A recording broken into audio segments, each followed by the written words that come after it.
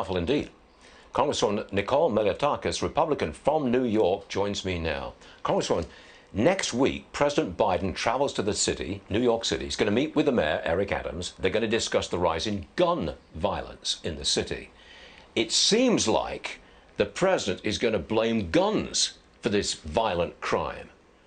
I don't think that's right. What do you think? Well, certainly there is something that needs to be done about illegal gun trafficking and those that possess it. And one of the very first things that could be done is they could fix the bail law in Albany that, according to my sources at the NYPD, says 9 out of 10 people who carry an illegal firearm are being released back onto the street. 50% of those who actually shoot someone are being released back onto the street. But the governor doesn't want to address that, and I hope she hears the pleas of our NYPD who are saying they cannot do their job unless they have the tools. People are being released back onto the streets before the cops' shift is even over. And that is completely outrageous. And it always seems that they only want to talk about guns.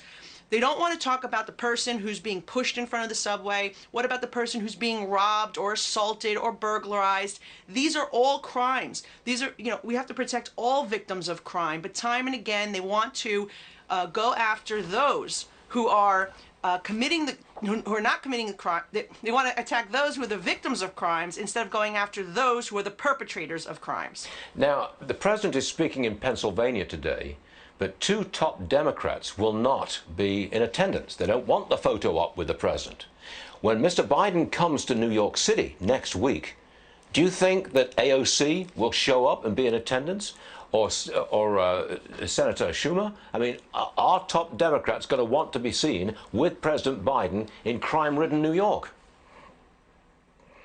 Well, I know I'll be in Washington where I'm scheduled to be for votes, but the truth is that this president has been a disaster. Everything from the lack of border security to really destroying our economy, taking away our energy independence, the failed foreign policy that has led to a complete debacle and 13 deaths of soldiers in Afghanistan, a possible invasion into Ukraine because he has shown weakness.